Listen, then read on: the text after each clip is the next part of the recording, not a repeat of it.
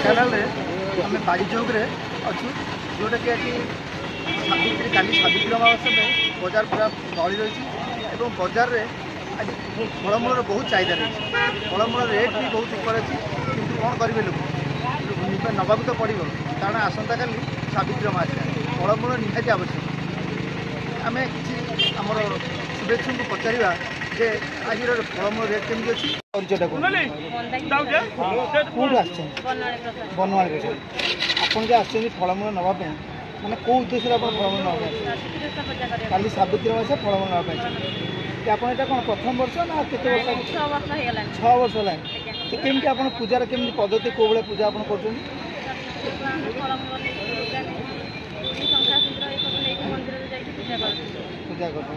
पूजा कर फलमूल ने आज रेट कौन अच्छी केमती रेट बहुत उच्च रेट अच्छी यही सावित्री अधिक रेट आप कौन केमती ने